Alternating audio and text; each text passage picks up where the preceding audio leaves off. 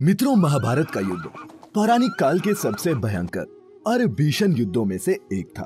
इस युद्ध में शक्तिशाली अस्त्रों शस्त्रों के अलावा ऐसी कई रणनीतियां भी अपनाई गई थी जो शत्रु खेमे को बहुत परेशान करती थी। उन्हीं में से एक था चक्रव्यूह। इसी चक्रव्यूह में फंसकर शूरवीर अभिमन्यु वीर गति को प्राप्त हुए थे।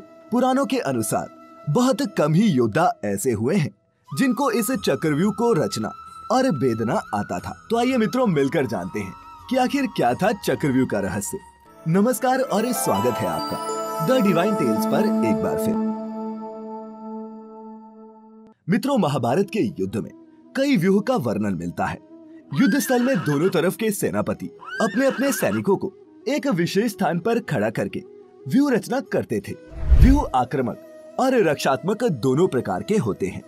सभी व्यूह की रचना इस प्रकार से की जाती है कि यदि युद्ध में कोई बड़ा योद्धा या फिर सेनापति शहीद हो जाए तो उसकी जगह दूसरा सेनापति ले ले और व्यूह को फिर से बनाए रखे। किसी भी व्यूह रचना का नामकरण उसे आसमान से देखे जाने पर वो जिस प्रकार का दिखाई देता है उसी नाम पर रखा जाता है। उदाहरण के तौर पर अगर गरुड़ व्यूह को आसमान से देखा जाए तो सभी सैनिक गरुड़ पक्षी के आकार में खड़े दिखेंगे।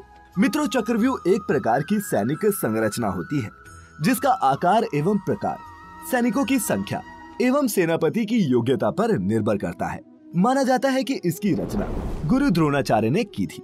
युद्ध के 13वें दिन युधिष्ठिर को घेरने के लिए इसका निर्माण किया गया था।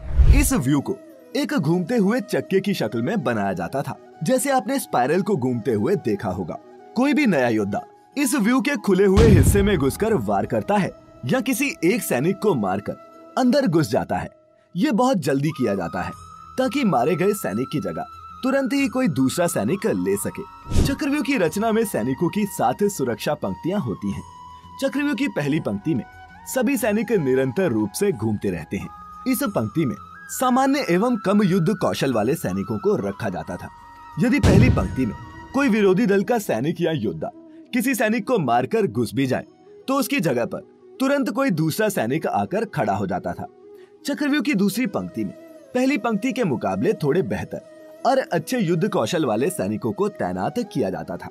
दूसरी पंक्ति के बेहतर एवं अच्छे युद्ध कौशल वाले सैनिक किसी अन्य योद्धा को अंदर आने से रोक सकें, इसीलिए ऐसा किया जाता था।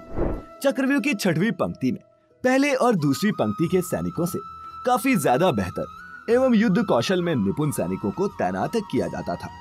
और फिर चक्रव्यूह की अंतिम और 7वीं पंक्ति में बहुत बड़े बड़े बलशाली एवं ताकतवर योद्धा तैनात रहते थे, ताकि यदि कोई 7वीं पंक्ति तक पहुंच जाए तो इस 7वीं पंक्ति के चक्रव्यूह से वो जिंदा वापस ना जा सके। इसीलिए तो कौरवों के सेनापति द्रोणाचार्य ने अपने चक्रव्यूह की 7वीं पंक्ति में अपने अलावा दुर्योधन, दुशासन, कर्ण, कृपाचार्य और अश्वत्थामा जैसे बड़े बड़े महारथियों और महाबलशाली योद्धाओं को खड़ा किया था। इस चक्रव्यूह की सबसे बड़ी विशेषता ये थी कि इस चक्रव्यूह में प्रवेश करना जितना मायने रखता है उतना ही उसको भेदना और उससे निकलना भी।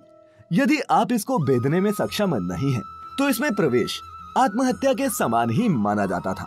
और धर्म ग्रंथों के अनुसार चक्रव्यूह को वही योद्धा भेद सकता है जो युद्ध नीति के साथ साथ एक कुशल धनुर्धर भी हो।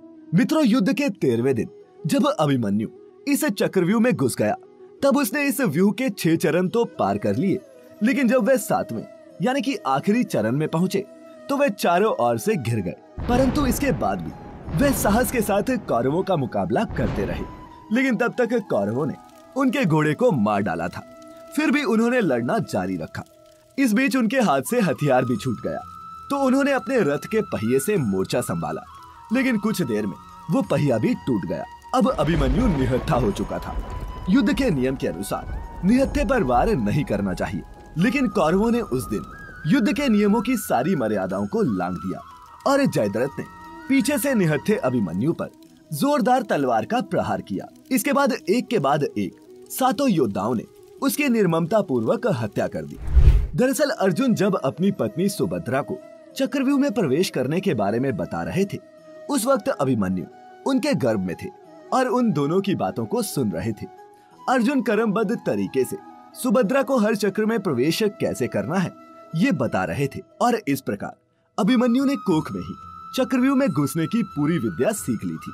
पर जब अर्जुन ने चक्रव्यूह से बाहर निकलने के बारे में बताना प्रारंभ किया, तब तक सुभद्रा को नींद आ गई और अभिमन्यु चक्रव्यूह से बाहर निकलने की कला नहीं सीख पाए और युद्ध में वीरगति को प्राप्त हुए।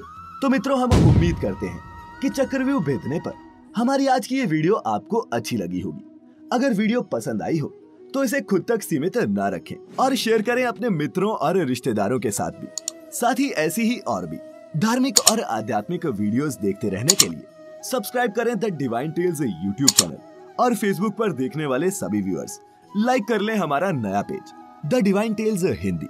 फिलहाल आज के लिए बस इतना ही। अब हमें इजाजत दें। आपका बहुत बहुत शुक्रिया।